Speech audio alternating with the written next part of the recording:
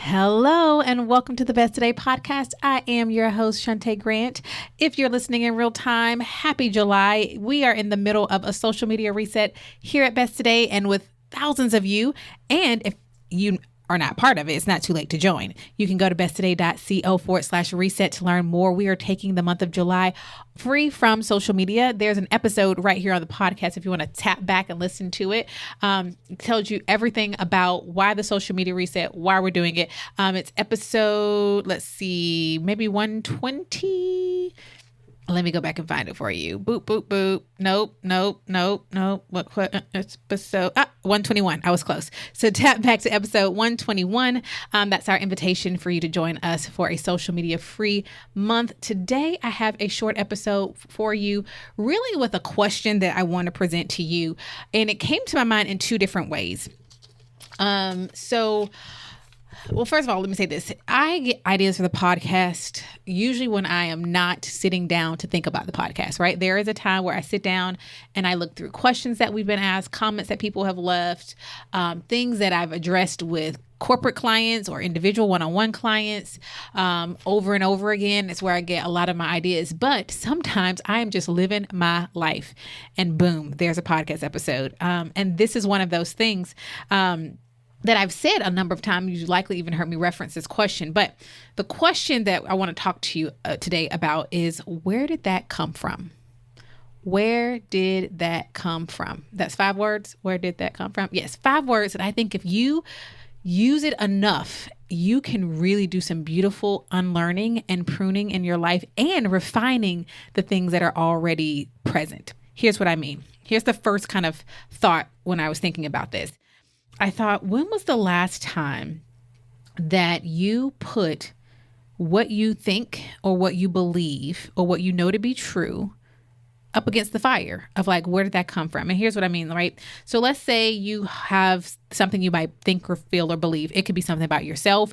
It can be a deeply held spiritual belief. It can be a thing you think about life or yourself, anything, or another person. Let's say that those things are different fabrics, right?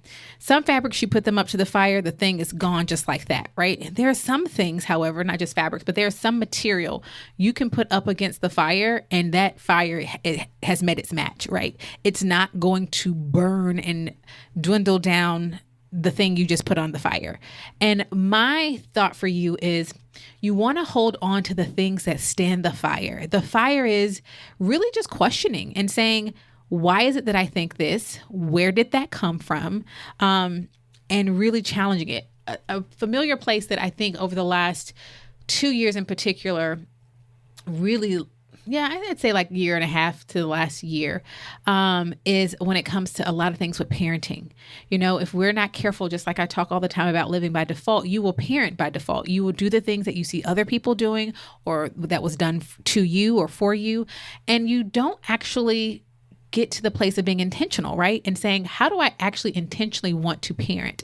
You can apply this to anything. If you're listening and you're not a parent, always remember, you can take this and put it to whatever works for your life. This is an example, because I'm giving you an example where I have had to put to the fire different things I believed about parenting and what that looks like and children. And when I did that, what I realized, that things that burnt, that did not make the fire, are things that came from culture, that came from, really a lot of cultural things, right? And things that you just saw, and so you assumed to be true, or you made agreement with them. Things like, that children, I've never thought this, but this is an example. Children should be seen and not heard. Or even treating children as if they are inferior human beings. Again, not things that I have done, but things that I have witnessed and watched people have to understand. Like, do you understand that the way you just spoke to that person or treated that person or did that thing or said that thing comes from, where'd that come from? From a belief that children are inferior, that they don't have a right to have feelings, just like you have a right to have feelings, right? And so for me, that's been one of the big places, as one example of where I've had to put what I thought and my practices to the fire, right? And say, where did that come from? And watch all the things that didn't align with what I know to be true and what I hold to be truth and believe those things that didn't write burn up in the fire. I had to let all that other stuff burn up. The stuff that came from, like I said, things that don't hold true. And it was just literally, oh, this is what I've always seen, or this is how people always treat kids, or this is how parents, and is this what everyone does for parenting, or this is what everyone does, or this is how I was done, or I didn't like this, so I don't want to do this because this is how it was done for me. Whatever that might be. The whole point is take the things you think and put them up to the fire. Question, where did that come from? Why do I do that? Does it align with who I am? Does it align with what I want? Does it align with the kind of person I want to be? Does it align with the things that make me, how does it make me feel when I do these things? And if it bothers me, why is that? Really doing the digging so that you can be left with the things that stand the test of time, the things that actually don't get burned in the fire, right? The things that get burnt in the fire are the things that need to be burned in the fire, because that means they weren't built on something that is strong, true, and lasting, right? For me, a lot of things is the fire is, can I hold this up to the word of God, and how does it stand up? If it's not in here, it gets burned, right?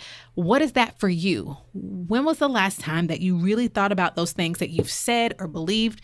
A lot of, especially when you're thinking about things about yourself, I hear people say all the time, oh, I'm just not blank. I don't blank. And that's getting to my second form of this question, right? The second form of this question is when you find yourself saying these statements like, I'm not, oh, I hear it all the time. I'm a procrastinator. Oh, I'm terrible at planning. Oh, I'm a snoozer. I'm a whatever. But they're saying things that they are also complaining about. Oh, I snooze all the time. I hate that I snooze. Okay, where did that come from? Where did it come from where you took on this identity of being a person who can't get out of the bed when your alarm goes off, right? And where did that come from? And then we do the digging, right? Or saying, I can't insert the thing you can't do. Or I have to blank. Who said you have to do that? Where did that come from?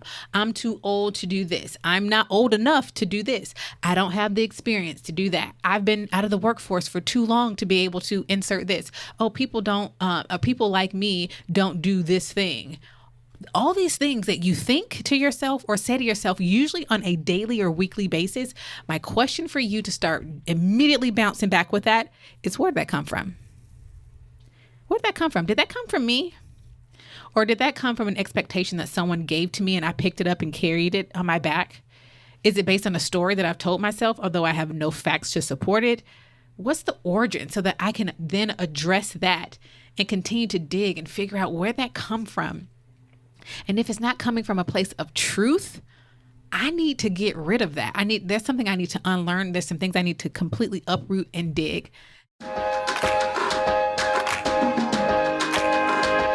At Best Today, we exist to help women just like you be your best one today at a time. So each week on the podcast, we are going to highlight your stories and your voices. So let's see what's in the inbox today. Hey, Shantae, this is Emily. I am in Northern California. I'm a 35-year-old working mom to 3 elementary school-age kids. So needless to say, my life is very full, but thanks to you and the Best Today guide, I no longer consider it busy. I'm self-described type A organized person and normally am a total planner junkie, but I still also felt like things continuously slip through the cracks at times and my plate was just too full. Now that I've been using the Best Today guide for about 5 months, I've never felt more aligned and intentional with my time. The thing that the Best Today guide did for me that no other planner or product has done was help me get deep into the whys behind everything I do and become so much more clear on my vision. It's truly been a game changer, especially in a time when so much of the world in 2020 and 2021 is so out of our control. Thank you for bringing the Best Today guide into the world. Thank you, Emily. I love this oldie but goodie review and voice message from Emily, who to this day has been a consistent Best Today guide customer and user member in our community, and we're always cheering her on. If you want to learn more about the Best Today guide and how it can help you right where you are today to be more proactive and intentional with your time, to bring your humanity back into your day-to-day and not treat yourself like a machine, to honor the things that matter and learn how to actually live a life that gets those things done, but prunes out everything else, I want to invite you to click the link in the show notes, in the episode notes that you can see right where you are, and go to order your Best Today guide, watch the videos, read the other 5-star reviews, and learn more about what we offer to help you right where you are at Best Today. And of course, you can always start with our quiz, which is at besttoday.co/quiz. Thank you so much, Emily, for your 5-star review, for your consistent, and I mean consistent support of Best Today. And just for all of who you are, I continue to celebrate you. And again, everyone else, go to besttoday.co to order your Best Today guide. That is my question that I want to leave you with today.